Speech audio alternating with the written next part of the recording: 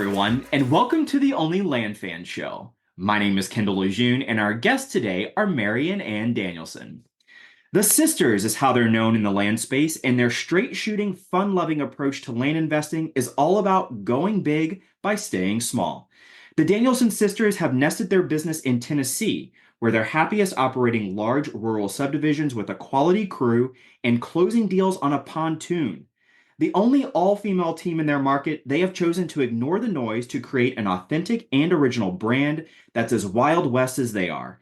Today, joining us from Denver, Colorado and Manila, Philippines are Mary and Ann Danielson. Thanks so much for joining us. How are you today? Great. Thanks for having us. So good. We're really excited you invited us back. Yeah, you know what? Once we announced that you were going to be coming back, I got so many people that responded and wrote in and talking about how excited they are. So I know that a lot of people are looking forward to what you have to say. It's been a bit since we last talked on the show. So catch us up. What's been going on with you guys? Oddly enough, Mary and I have actually shrunk our team. We had a giant team of 2 VAs, and now we're at 0. So we're back to just the 2 of us. But really, that's not entirely true because we're so close to everyone who's helping us in Tennessee. And so we do have a team, and our team is really awesome. Brokers and bird dogs and the usual brush hoggers and surveyors, and we love our title lady, all of that. But really, it's just the 2 of us that are running Land Fam. And yeah, our deals have gotten a bit bigger, but our team has gotten a little smaller. I love that. And so what sort of brought that about, this change in the team size? We ended up getting a lot of inbound leads. People reached out to us with deals or to partner, or an awesome broker brought us an on-market deal that had fallen through from the original buyer. And so we had our hands full, and we wanted to stop outbound marketing until we could just see how all of this pans out. And so we can always call back. We love our VA, and we're taking very good care of him, even while he's enjoying his life on the beach. But we were really only using our VAs for map scrubbing. And now that we aren't looking for any more maps and we have all of our data, and they've done such a great job of hitting Tennessee for us, we're able to just stick to the team that we have built with the locals and do some big deals. Yeah, that's great. Ever evolving. I love that. That's also my approach. You got to roll with the punches, roll with the time, right? So for those that are listening that may not have maybe caught your first episode, I talked a little bit about what you do and how you do it in your bio, but give us a little bit of a background about what your business model looks like and what you focus on and how you came to be where you are today. Sure. On my end, so I'm the older sister. That's why I always go first. And I'm in Manila, Philippines. And during the pandemic, I have full-time W-2, and I still actually have it now. I'm an international teacher, and I found myself with some extra time, and I already liked real estate. And as soon as I found out about land, I just wanted to learn everything that I could. And then as soon as I was pretty confident that I wanted to go for it, I knew that it would be a good partnership with Mary. And we've never done anything in the past, but that's when I called her and said, hey, do you want to try land? And then that is what, at the same time that she had just uprooted her whole family and moved to Colorado. Wow. Where did you move from to Colorado? Madison, Wisconsin. Yep. Oh, I hear it. I hear it. I hear the Wisconsin. Yeah, I got it. Yeah, so I was in Madison, and my husband's job was here. And so I had done in-home daycare for 10 years. And then we moved here, and I wasn't going to start that again, but for any reason. And so when she reached out to me, I was totally open to pretty much anything, just finding a new way to go. So I'm super excited and thankful for the opportunity and love it. Now we're like total land nerds. You're all in. So good. So how long have you had the business? 4 years. Or like 3.5. Yeah. Going on 4 years. Yeah. Yep. Excellent. Very good. And how do you divide up the roles? Who does what? I obviously am on the other side of the world, so synchronous tasks aren't really a good fit for me. So I do everything that is data, everything that's computer or running comps or looking at new markets, responding to emails, keeping up on our like social media stuff, which is actually that's new for us too, that we didn't really put ourselves out there as much before. So everything that's online and asynchronous is my lane, and I try to stick to it as best I can. Yeah. That's And then I great. pretty much take care of calling sellers or dealing with the realtors, brush hog survey, county, anything with the county. Basically, a lot of follow-up calls and making sure that everybody's where they're supposed to be, paying the bills, dealing with taxes a The little fun bit. stuff. Yeah. So, yep. And I really like to talk to people. Yeah. So has it always been that division of responsibilities, or did it evolve over time? What did that look like? No, from the get-go, I think it was really clear. It is our geographical location, but it's also our personalities and our skill set. And so I really like to study and I really like to research, and I don't really enjoy talking to people. And so it was a natural fit from the beginning, and we definitely are don't plan on changing that anytime soon. I love Pretty it. much the Cliff Notes. That's true. I get the Cliff Notes and I follow up with people. Yep. It's Yeah, I great. love it. Stick to your zone of genius. I'm all about that for sure. So tell us a little bit more about what types of deals you're specializing in. Your bio mentioned subdivides. So is it purely subdivides, and how many deals do you guys do on average in a year? I would say right now it's almost entirely subdivides, aside from like a couple of dingleberry little flips that are sitting around. But aside from that, yeah, I think everything is a subdivide that we're pursuing or that we're in the middle of. Currently, we have 4 projects going. One of them is nearly wrapping, actually could probably even be this week, which would be awesome. And then the other 3 they're at the beginning. 2 of them just got listed in the last week or so. So you might see if you're on Facebook, we've been firing them away. And then one of them won't list until January because we do have to we're still going through the county approvals on that one. So right now we have 4 projects going. It's hard for us to do averages because we might have mentioned we don't track our KPIs, even the number of deals. I don't even know how many we've done, but yeah, we do typically like to have a couple, I would say, big projects going at a time. Excellent. And what's your definition of big? Yeah, that's a good question because you know what? We're probably not big compared to a lot of people out there. Let's see, our biggest deal right now is 121 acres. And we are hoping that we are going to be able to split it into 15 tracks with a variety of sizes. And we are working with a partner on that deal. They came forward and said that they'd been watching us and they liked our way of doing business, just seemed like a good fit. And they're nice Midwestern folks. So when we met, we said, okay, fine, then our hands are full with some other things. So if you guys can do some of the operating, then we can be 50-50 partners. And this is the first time that we've done that. Yeah, I guess I don't know if that's big or not, but for us, that's the deal size that we like. That one is a buy for 600, and we're hoping to exit between 1.7 and 1.9. Excellent. That's fantastic. And, Yeah. and so far, how have you enjoyed working with a 50-50 partner like that? Imagine having a complete toolkit for success right at your fingertips. That's exactly what you get with Only Land Fan School, our premium online community. For a low monthly fee, access our treasure trove of resources, the on-market deals course, acquisitions tool suite, and Dispo Secrets library. Plus, connect with fellow flippers in our active community. Whether you're hunting for deals or closing sales, Only Land Fan School has you covered with step-by-step guidance and insider knowledge. Ready to supercharge your land flipping journey? Join Only Land Fan School at olfschool.com today. We couldn't have found a better match. We don't disagree on much or anything, I don't think yet. For me, it's a little different because they're doing what I used to do, which is dealing with the county, but we're stepping into some new areas too. I'm just watching and following along and then chiming in whenever I feel like I can offer some advice because it's in Tennessee and they've been all over.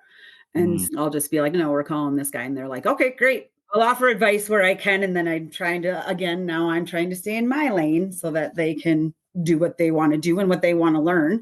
And then they're teaching us too. So that part of it is fantastic. Yeah, that's great. So you said we couldn't have found a better match, but it sounds like they found you, right? Did Right. they come to you? Yeah, they actually, he might be in this call. I won't call him out because he might not want to turn on his video because he's probably wearing a hockey hoodie and he's probably grilling in his garage right now. He is in the call. But they called us and said, the way you ladies roll. And then on that day was the same day that I was planning to show them a different subdivide that we were looking at. And then we got a bird dog deal that was brand new on that same day. And I said, should we just open this one together? And so we did. And then it took a lot to get it over the finish line. It was not that clean, I wouldn't say. No deals are, but it took us a long time to get over the finish line. And so I think that's also when we realized that it was a good fit because we were all pretty lighthearted about it. And we were all ready to lose the deal and we were all ready to jump in. And yeah, it's been a nice fit. That's great. So it sounds like you've had a little trial test period, like test deal before you guys got this $1 million plus deal. Is that right? No, this is the first one. Oh, this is the first one that you guys are working together. Okay. Yeah, because we let the other when we set up the Zoom call to meet, we were going to review another deal, and we did. And so I said, okay, this is one we're looking at. It's lukewarm. We're not that excited about it, but yeah, sure, let's bring on a partner because maybe you see something that we don't, or we can just spread out the risk. And then we opened the package of the other deal that from this bird dog lady. And then that's when we said, okay, let's just go for this one instead. And yeah, it's a big first date for us, but it's going well. Yeah, that's exciting. I love that. $1 million plus first date. So let's talk a little bit about if someone's listening to this and they're like, oh my gosh, I've always wanted to do subdivides and I wanted to do big deals. And they see dollar signs when they hear you talk about this $1.7 million deal. But they might feel like, oh, but I don't have a team. I don't have a VA. What would your response be to that sort of concern? I think the cool thing is that when you do big projects, you need less of a team for us, because we think in our mind, you use a team when you're on the hunt, right? So you're hunting for properties, you're hunting for leads, you're doing outbound marketing, you're tracking down sellers, you're following up with sellers. And so all of that is what you don't have to do when you sink your teeth into a larger project. And so for us, I think that's why we say we like big land and we cannot lie. Like that, we really do think that we're able to stay small because we invest in big projects that keep us busy for a while and they don't really take that much more work. That's really interesting. I love that because I always say there's so many different ways that you can build a land business. What works for someone doesn't have to be the model for someone else. And so it's really cool to hear you guys talk about this structure. So let's dive in a little bit more to what does your operation look like? What's your day-to-day? If someone's like, how do you make millions of dollars a year doing land with 2 people? What does it look like? What do you do on the daily? Currently, the day is very boring. Yeah. Oh no, land is boring. What? We aren't spending a lot of time right now on land because the projects that we're in right now are rolling.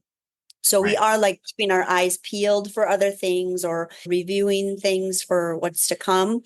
But I'll reverse it back in time when we were working harder and longer hours. So previously we were doing outbound marketing and we did mail only. Last year, I know this number is going to make people laugh, but last year we mailed 18,000, I think, pieces of mail for the entire year. And that was our biggest mailing year. So I did do some data work and a lot of map scrubbing. So that's why our numbers were really small, because from the beginning, we've always tailored our mail count to be a lot smaller. And that also allowed us to stay small as well, because the calls that we're getting, if somebody calls, we want their land because the work was done on the front end. So in that way, Mary could pick up the phone and be with confidence, knowing that if somebody's calling, yes, we are interested and we'll do our best to make the deal happen and really quickly. And so that's how it used to go, is that Mary would do all of the answering of calls from the sellers. And then I would just work with the VAs to make sure that our lists were really targeted. And then that was it. So I would say previously we were probably 3 hours a day. Would you say, Mary? Hers is to count, right? Because hers is more like reactive and responsive to what's coming in. Whereas I can kind of time block and work around my own life schedule.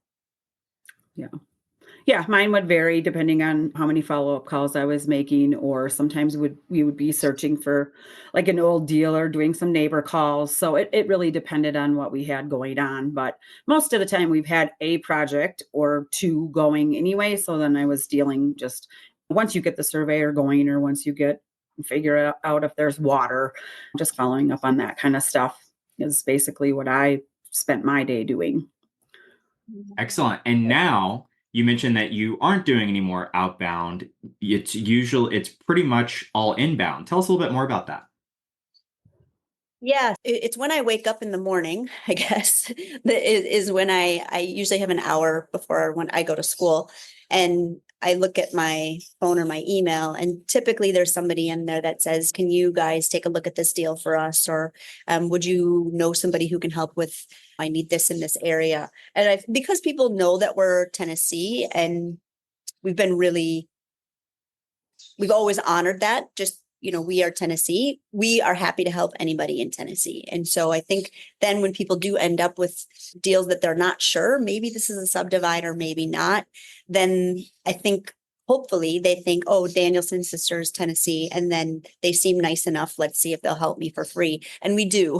So we really like helping people. And so I think every day I am happy to just take a look and give people feedback. And then every now and then I think, oh, this is a really awesome deal. Or they'll say, oh, will you operate it for us? Or I don't know what to do. Will you just buy it off of me and give me a wholesale fee or something like that? Currently that's working. I don't know if long-term that will work for us. And we're ready. We're ready to call supercharged offers and get on the phone and get back up and AJ.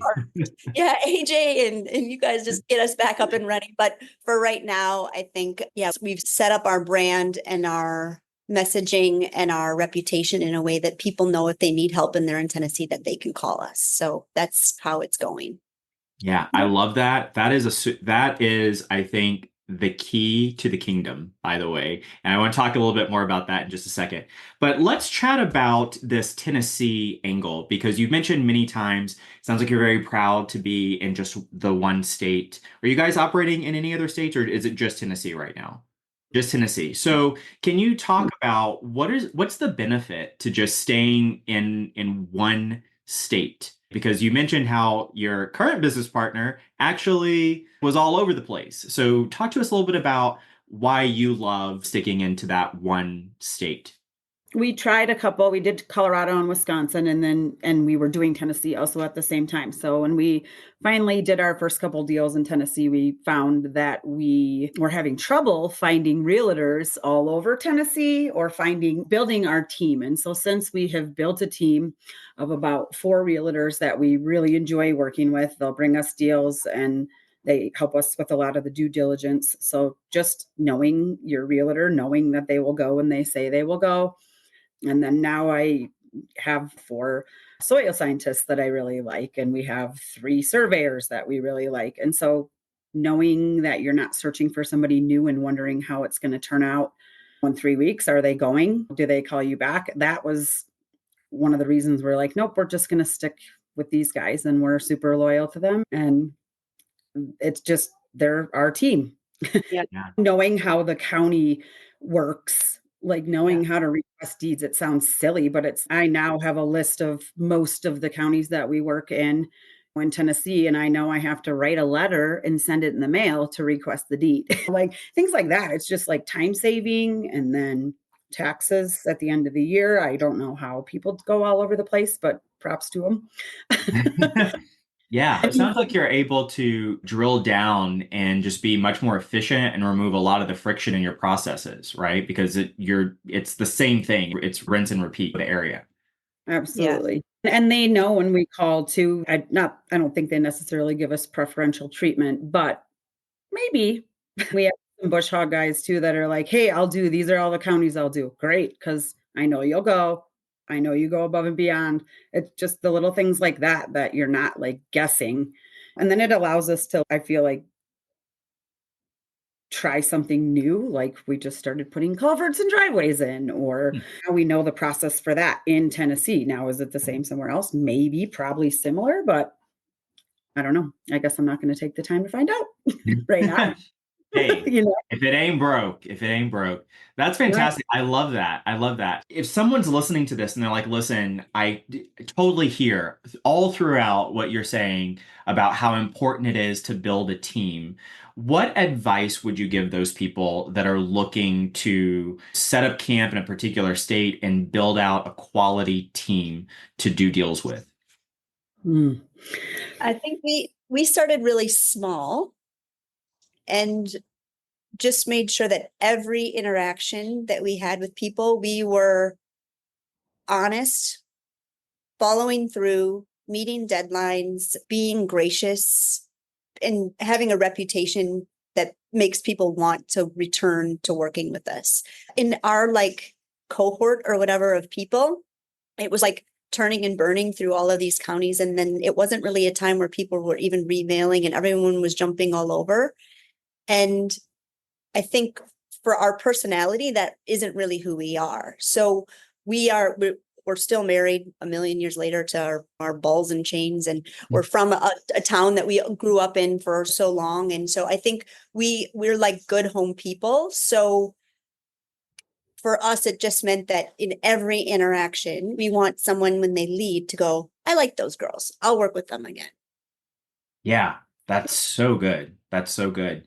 So let me ask, is it all just trial and error who you test out and then you like them and then you decide to do more business with them? Or is there an even more intentional approach to finding specific people that you want to add to your team? How do you guys approach that?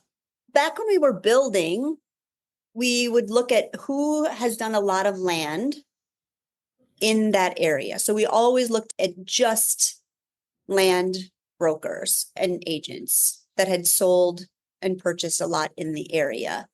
And then, yes, we did have a lot of trial and error. Wouldn't you say, Mare? Yeah. And I hit the jackpot with one of our realtors.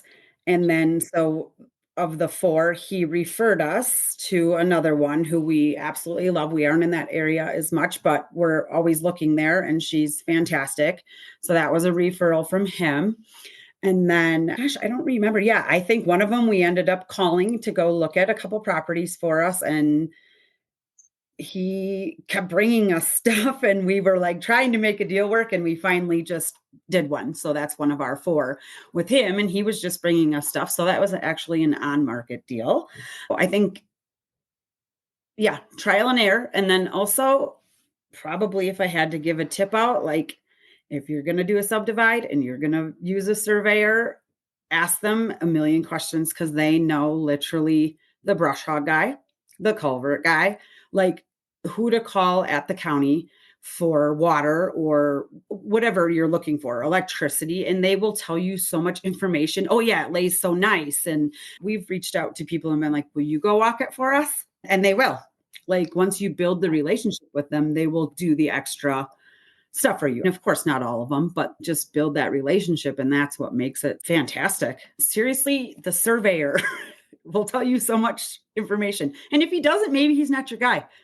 Yeah. Yeah. And actually, even on the dispo side, this is a really good tip too, that when you have people working on your projects, so obviously the surveyor is going to be out there a lot running the boundary, and then he's nearly on the property of all the neighbors. So make sure that he has your contact and he understands what you're doing with the project, so that when those neighbors are curious, then he can say, oh yeah, give them a call, or you want me to let them know, kind of thing. Because our current surveyor, who we really love, just had this happen where there's a neighbor that we thought would be interested, but for some reason we weren't able to get a hold of them on the phone. And of course he pulls over his truck because he's quite curious about what's going on with this land that's been sitting there vacant for all these years. And now there's a lot of activity. And so our surveyor was able to put us in touch, and they do want one tract for themselves to maintain their privacy, and then a couple for their kids to maybe sway them to come and move closer to mom and dad. I think when you do have a team that is working for you, to make sure that you also let them know, hey, if you can bring us a buyer or you pass along our contact, we're also really happy to reward you for that tip. Everybody wins. Yeah, create win-wins. That's so important. So what does that sort of little incentive look like? What do you reward them with, if you don't mind sharing? This one just happened a couple of days ago. Right. Yeah. Yeah. So we'll have to figure it out. If it's a small win, then maybe that's a steak dinner. But if it's more, then it could easily be cash in this situation. So they're not, I don't think you're allowed to like refer people as a broker, or you can only do this or something if you're a broker. But if it's a brush hog guy and you can Write the check out wrong a little bit, I think it's okay. Yeah. Yeah, that's great. That's great. That's a really fantastic tip. And I want to dive more into the team, because it sounds like that's a huge part of your model and of your success. So if you had to say what makes a really great realtor in a couple of sentences, what would you say? Hungry. Hungry, provide you with like most of your due diligence, and not that I expect them to, but when hey, will you check this out? Sure, I'll run over there. And then they'll send me back. Obviously, this is how it lays. And then they'll tell me the taxes, and there's water there, or there's internet, or it won't be hard to get internet. Like when they provide me with so much more information than I'm really asking for, it's great. Responding quickly. That's a big one. That's a big one. Yeah. I mean, honestly, if you're starting out too and just trying to find your realtor, if they don't call you back pretty much now, keep calling. Yeah. Or they're not. Yeah, I think definitely they're hungry and they're communicative and they're resourceful. Mm-hmm. So good. Same question. What makes a really great soil scientist? Again, did you respond? And I know for them, it's a little bit trickier to give you an exact date. We have had it where one went and didn't tell us he was going, because it was like he was like 3.5 months out, and he didn't tell us he was going, and we were no longer buying the property. So just communication, again, same thing, like communicating and sending you all the information. Also, soil scientists will be like, I think you should cut it like this. And if they're asking you, can I get your surveyor's number so that they can work together on the front end instead of like during, and I don't know, things like that. Letting you know what needs to be done ahead of time, so that you're not like, oh, I can't do your property because you didn't get it cleaned up. Now we know that, but starting out, we didn't. So I don't want to waste their time driving out there. And we also are like waiting for this result. And now it's, we got to find somebody to clean it up type of thing. So just communication, and just a good website is fantastic. If you're enjoying this episode of the Only Land Fans podcast, please let us know by subscribing and leaving a review. Now let's get back to the action. Yeah. It sounds like there's a theme here, right? If you like, regardless of what niche or what activity they're doing on the team, it's really important that they communicate and that they're responsive and that they're just good team members. Yeah. Follow through and communication. Absolutely. Gosh, yeah. We could bottle that up. Yeah. Great. Let's work on that. I might have some ideas about that.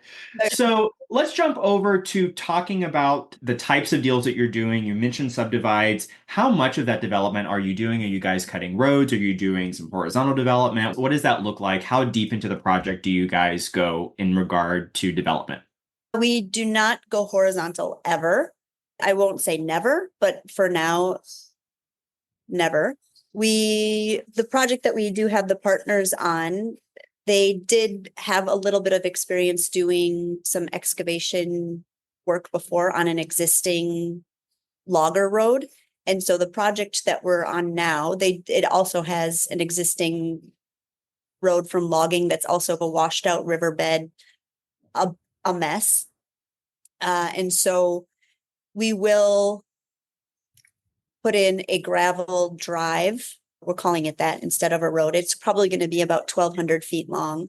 But we haven't gone into the chip and tar situation or anything really pricey for roads. Actually, there's a project that we were looking at that once we looked at the cost of roads, actually it's maybe happened to us even more times than that, though it was just too cost prohibitive, and there was no longer any margin left in the deal.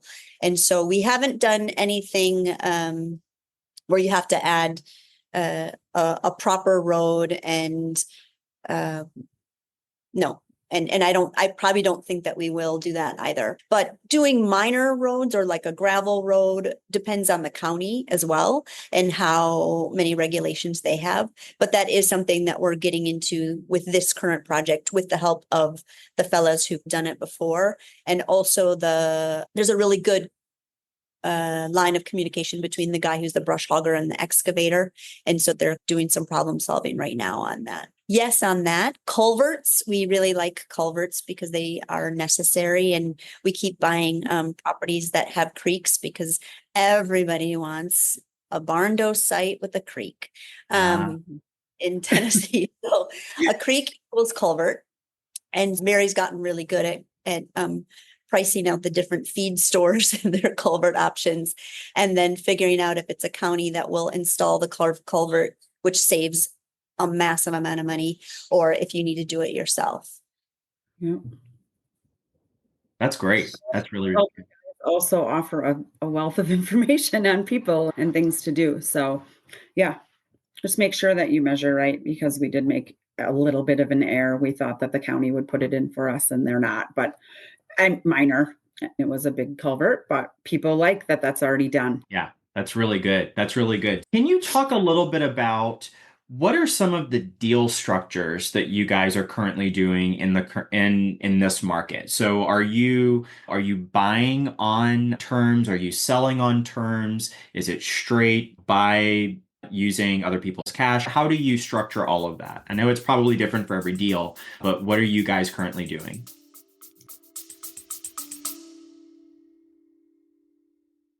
Hey land fans, looking for your tribe of serious land investors? Join thousands of your fellow land lovers in the Only Land Fans Facebook group. We're talking real deals, expert strategies, and game-changing connections you won't find anywhere else. This isn't just another real estate group. This is the community where land investors come to level up. Join us at onlylandfansgroup.com and join the conversation today. That's onlylandfansgroup.com. See you there. We usually buy all of our deals outright, and we burned up every dollar we had of our own money. And then we also used a B-lock that I have from another rental property, and we burned that right up. And then now that's how we have this 50-50 partnership, because we were broke, and we're still currently broke right now. We're actually, that's not true. We're dirt rich right now. There you go. After this meeting too. Yeah. We also had a couple people reach out that aren't from land who said, can you give me 10% in a year and just tell me what you're doing and teach me and mentor me or coach me along the way. And though we really like those relationships too, because as well, like the people who want to partner that are land to land are going to want 50% of the deal. And that is some high stakes. And so we need to make an effort this year to reach out to some local banks. And actually, I think one of our brokers is probably a really good link for that, just because now he knows us and he's a good old boy from that town with 5 kids who every brother and cousin is in the business there. I do think we need to reach out to banks, and we do need to get some more investors that want reasonable terms. And then we need to operate other people's deals as well, because that it works for us. And I do also feel like it's a win because we can really share a lot with our network and our lessons, but then also benefit financially. If it keeps me from mailing, I'm absolutely willing to. Anything but mail. Anything. She says anything but mail. I love that. And what about the dispo side? Are you guys selling on terms, or is it just all cash? How are you doing that? Mostly cash. We do have a couple of financed deals, and we use your land loans, and they are awesome and easy, which is great because it's not really our model, but it does sometimes happen by default. So if a property is sitting for a while, or we just a couple and we can tell that they really want it, we know that it's in our best interest to keep on building up our note portfolio. And so right now the interest, or that's not true, the monthly payments on our notes are paying off all of the interest that we need to pay from the HELOC or BLOC or whatever it is. So yeah, I think we're not against it, but we don't pursue owner finance. We're happy to do it in my situation. Each one's different, but yeah. That's great. Cash. And it's great that you don't have to either. So what's the typical average size value that you're listing these parcels at? I know that you mentioned you're doing different sizes, but where do you guys start in terms of retail value?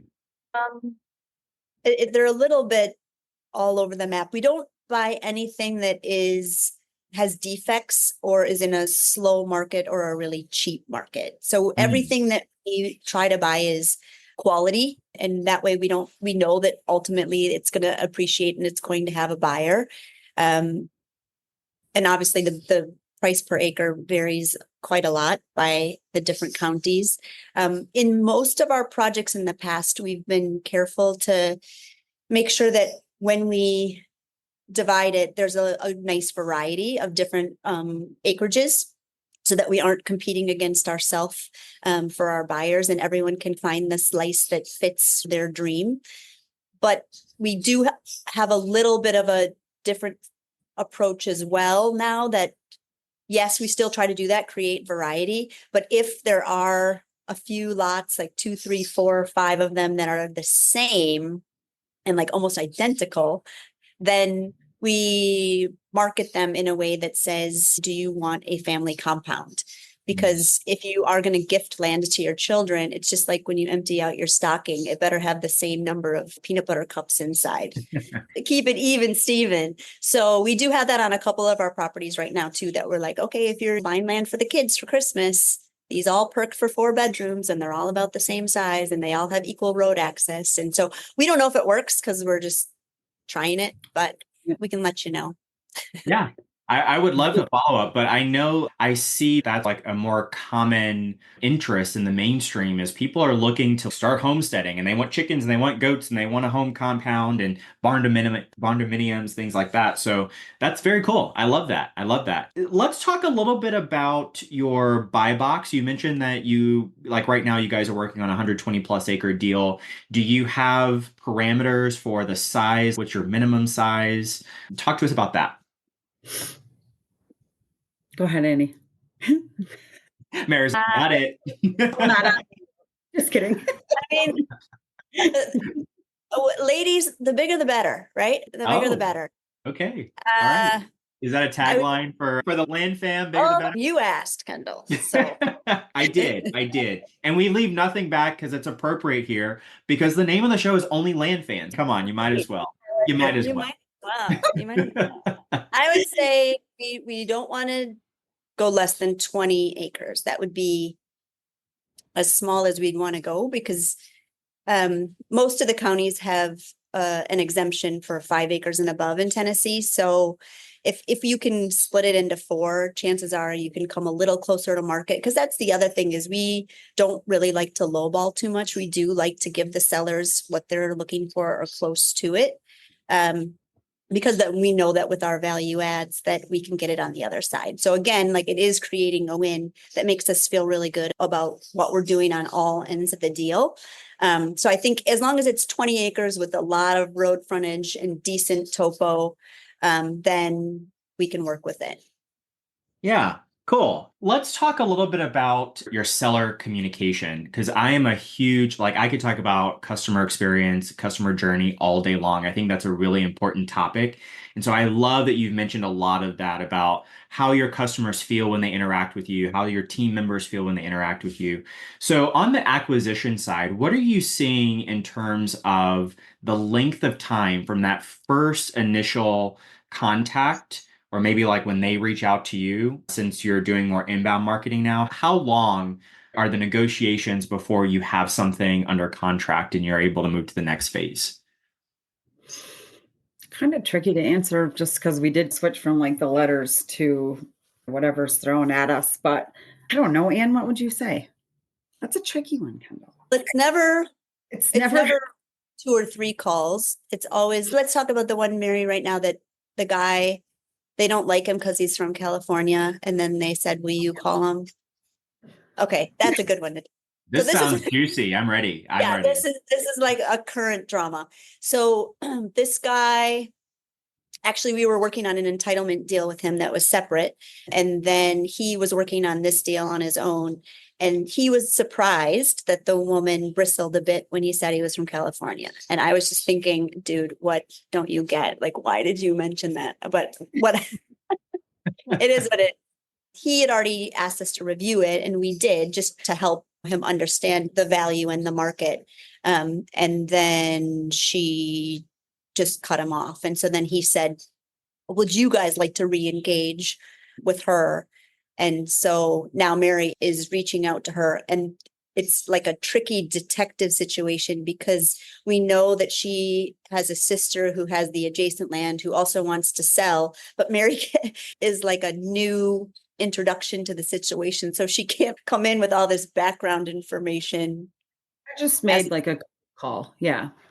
Yeah. So it's going to be a while. It's going to take peeling back the onion. It's going to be, there's going to be a holiday in between. It's not going to go quickly. But I think that is also with the best deals that we've had have been the hardest to get the seller on board. And I would say that started with our very first subdivide when the owner didn't even have a phone and Mary was literally writing letters. I do think that the personal follow-up can't be rushed. And sometimes for me, because I want to know, are we doing the deal or not? Because if not, I'm going to buy this one because the money, it's all this balancing act.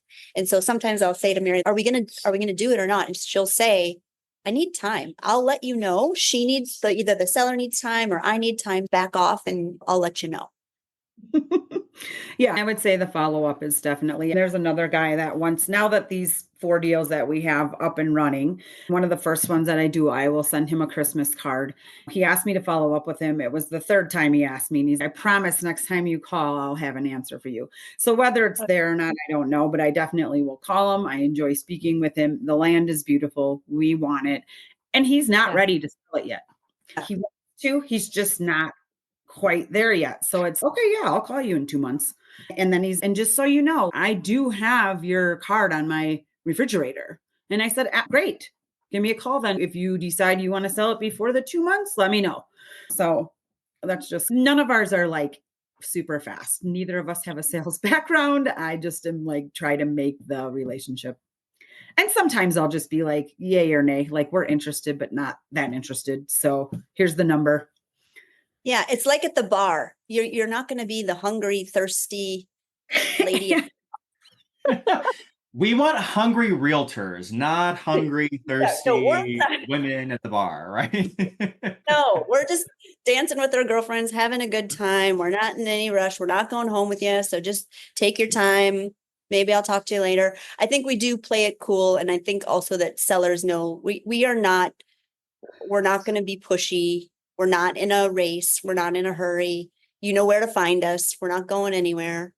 So cute stationery notes with our name and number and a picture of us. And we have had people for sure call us and be like, hey, remember when we couldn't make it work? Now we can. We finally have the death certificate that we were missing, and they get back to us. And so that part of it too, I think, is important. Yeah, that's really good. I totally agree. I think that when you present as a motivated buyer, like a lot of leverage goes out the window.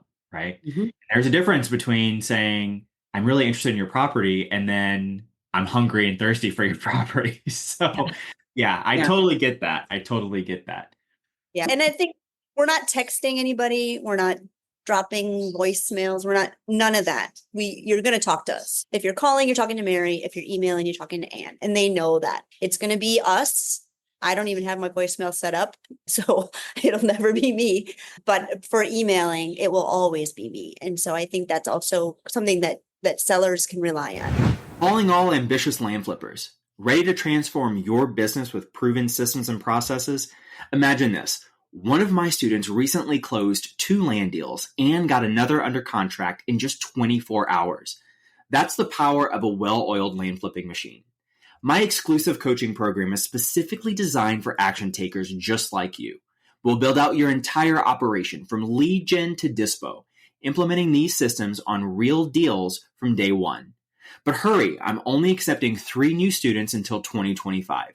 If you've done deals, have a growth mindset, and are ready to scale, visit kindlecall.com now.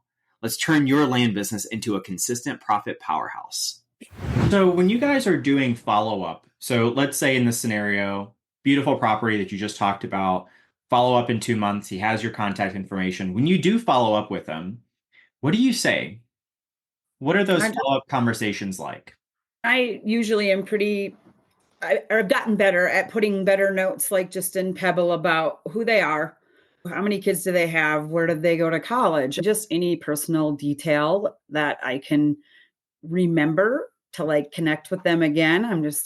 I try to bring that up, let them know where I'm calling from. We spoke a couple months ago. You told this particular guy, he's fun and flirty. He's old and adorable, but oh yeah, I was wondering when you were going to call. And I was like, I put it down exactly on the 17th, and it's the 17th. And then I just give him time to chat. And then he tells me like, oh, I don't know. I like to invest. And I just let him talk. And bring up the personal details. And I say, I know you like to invest in the stock market. However, the personal facts, I think, make them more interested in talking to me and giving me more details on I'll put notes in there on, next time I'm going to use this and try this to make the sale. That's good, because it's about that relationship. It's literally not just, hey, we talked 2 months ago, do you still don't want to sell? Great. Like next, building that relationship. That's good. And also respecting their time. In 2 months, and I am. So like, I'm not going to call you again. No, call in 2 months. Okay, I got it in my notes again. So. Oh, I like that. So you broke up a little bit. Can you repeat that first part that you said about it was something about that you weren't going to call him back before 2 months? With this particular guy, I was like, all right, you want me to call you back? I called you back. Here we are. And then, whatever his excuse or whatever might be for like why he's waiting to hear from his grandson, or then I'm sure to note that, so that like next time I'll spend some time like, okay, what's going to be my approach to be like, after a while, I'm done calling you, but I'll just say, you told me that, and I have to call you 3 times now, and I'm not calling you again. No, call me in 3 months, and I promise I'll have an answer. That's good. I love it. On whatever his excuse or their excuse is, or not excuse, why they're not ready, and then try to build on your next approach. Like I said, we are not sales experts by any means. I've written a lot of emails that say, we're getting out of your hair. Yeah. You're not hearing from us.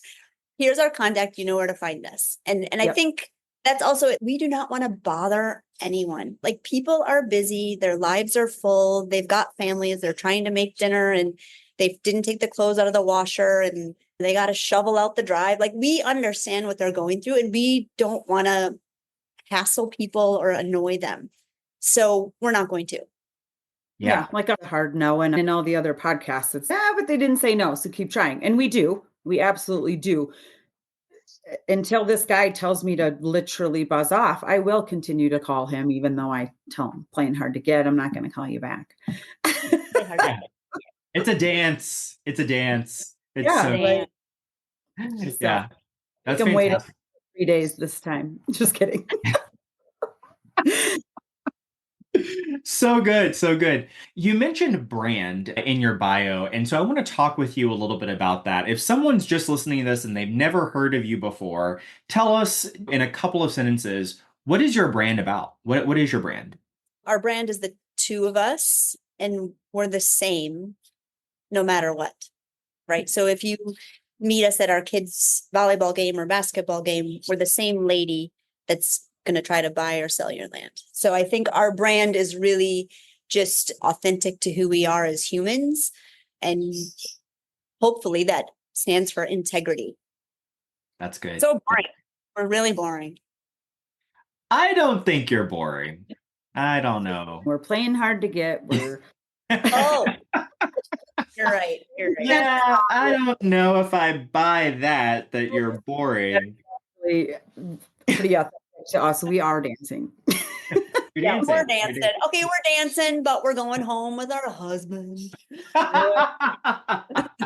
Anything, please. So good. I love it. I love it. So, you mentioned that you recently have gotten more into social media and putting your brand out there on social media. Talk to us about what that experience and what that journey has been like, and what results have those yielded for you? Yeah, that was our goal for 2020, and that's when we started. So until 2023, we hadn't made a post or any, and I think we'd read everything that was like RE Tipster, and we were always like reading in the forums, but we weren't really engaging. And part of that was because we were new. So I think sometimes maybe I would ask a question, but I didn't feel that I could really respond or offer in a way that I felt confident in sharing. And so that in 2023, I think we made the goal to be more engaged in a way that is not just asking questions, but also answering questions or offering feedback or sharing things from our network. And then we just eased our way in. And making sure that every time we did it, it was not just loose lips and just saying things to say it, and making sure that it is actually a valuable contribution. And so we did do that a bit in the Facebook groups. We did do some online Facebook groups, and then I did join a school group, and that group had a lot of new people in it. And so they were super curious. And this particular group was also very respectful and kind, and like a climate that felt very comfortable. I also felt comfortable sharing. And so very quickly, a lot of people started reaching out to us there, I think because our personalities were a good fit. So in some of the communities, it's a whole bunch of 20-year-old boys or 25-year-old boys or 30-year-old boys or whatever. And that's awesome. I'm sure that they're super cute and they can dance better than us, and they have all the tools, but the conversations just aren't as much of a fit for us. So I still do read, and I'm in plenty of Discords. You don't know I'm there, but I'm reading them. And I'm on X and all of that, but it's just sometimes I'm reading, and then I will chime in or ask a question if I feel like it is valid. And yeah. Yeah. So you mentioned that you had an intentional decision to start being more active, and what brought that about? What made you decide, yeah, I think that we need to start doing that?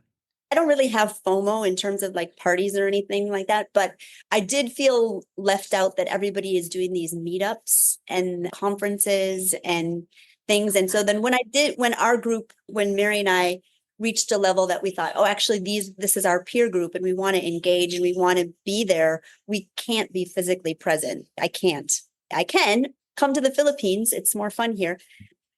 But that was a big part of it, is that we just didn't know anyone and we couldn't really make connections. So the only option that we had was to do so virtually through social media.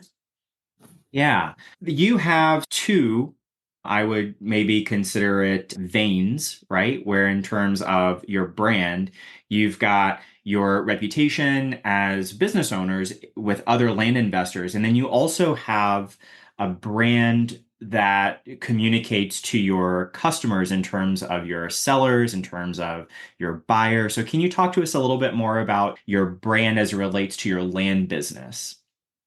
To other investors? No, to your actual, like your business. So you have a brand where you are helping people and engaging in these groups, but then there's also a brand that you have for your actual land business. So when you are reaching out to sellers, when you're reaching out to buyers, how do you present yourself in that way? And what does that brand look like? Sure. It's actually not that different because when we're talking to sellers, we're saying like, we hope that you are camping or hunting or hiking or picking berries with the kids out on your land. 1000%. If you're not and you want to sell it, give us a call. I would say that is our messaging is just please enjoy your land. Don't want to bother you. If you are ready to sell, give us a call. Yeah, that's really good. I like that. I like that. If people are listening to this and they're thinking, gosh, I want for people to just send me deals and I want people, I want to be able to turn off my mail. I want to be able to get these types of referrals. What would you say to them? What are the three biggest takeaways in order to set up where opportunities are attracted to them versus going out and getting those opportunities? You've got to build a track record for yourself that you aren't just talking. If you are on social media and you're putting yourself out there, make sure that you have plenty of deals under your belt that can really, yeah, exactly. I would say that's a big part of it. So your track record, are you someone that people enjoy, that, you know, that they want to work with? Does your personality suit theirs? And I'm sure ours doesn't suit plenty, but the people who come to us because they like the deals we do, obviously probably that matters more than if they also like us. And then can they depend on us? So making sure that you're really bringing value, and not in a transactional way, just, yes, I want to help you. And then ultimately down the road, that might lead to something else. But I think, again, it's like that thirsty thing. That's not going to be us. Yes, we're happy to help you. And then, but we're not your mom. If you ask too much, like lately, there is somebody that I want to reply and say, I'm not your mom, and go ask your mom. But we do want to help, and we want to be your friend, and we want to be your partner, and all of that. I don't think our messaging is that different on either side. Hopefully. Yeah, I love that. That's so good. That's so good. I want to thank you for just being sharing and generous with your information and with your knowledge. How can we give back to you right now? What types of resources or connections are you guys currently looking for? I don't know. We're not asking for anything. Obviously we have put it out there that we're in Tennessee, and if you want help, then give us a ring. And I guess in particular too, if you're a woman and you're trying to get started, we can definitely give you that slant. But also with the guys, like we're happy to just roll with the fellas. And I think it's also important for us to just be clear about our message that we want to help you and who we are, obviously, because we aren't too stupid to play something else. Yeah, we're here. If you like us, then reach out, and that's it. Yeah. Awesome. And how can people find you? Where can they find you? That is a little weird. And it is good for us to always address this. That on Facebook, we're Mary Ann Danielson. So we are Mary Ann Danielson. But again, we just want to deal with one profile. So it works better on the notes for our communication day and night. Yeah. And it works better for us because she is either responding during the day, and then I can go back and read the stream, and then I can pick up with it in my day, which is her night. So it's like a 24-hour clock of this magnificent Mary Ann who's just always awake and doing land. Love it. Love it. And we'll go ahead and we'll put that profile in the show notes. That way people can find you. Thank you so much. Awesome. Thanks so much. Thank you, Mary and Ann. This has been so much fun. I know that I will be listening to this again to go back and review my notes because there was so much gold. So thank you so much for joining us. Thank you everyone for joining us and asking so many fantastic questions, making this a fantastic virtual meetup with so much value. Catch us next week. We'll have another for you. Actually, I think we'll have a couple. So I think we're doing a double header next week. We'd love to join you. Until then, take care, be safe, and we'll catch you in the next one. Bye-bye.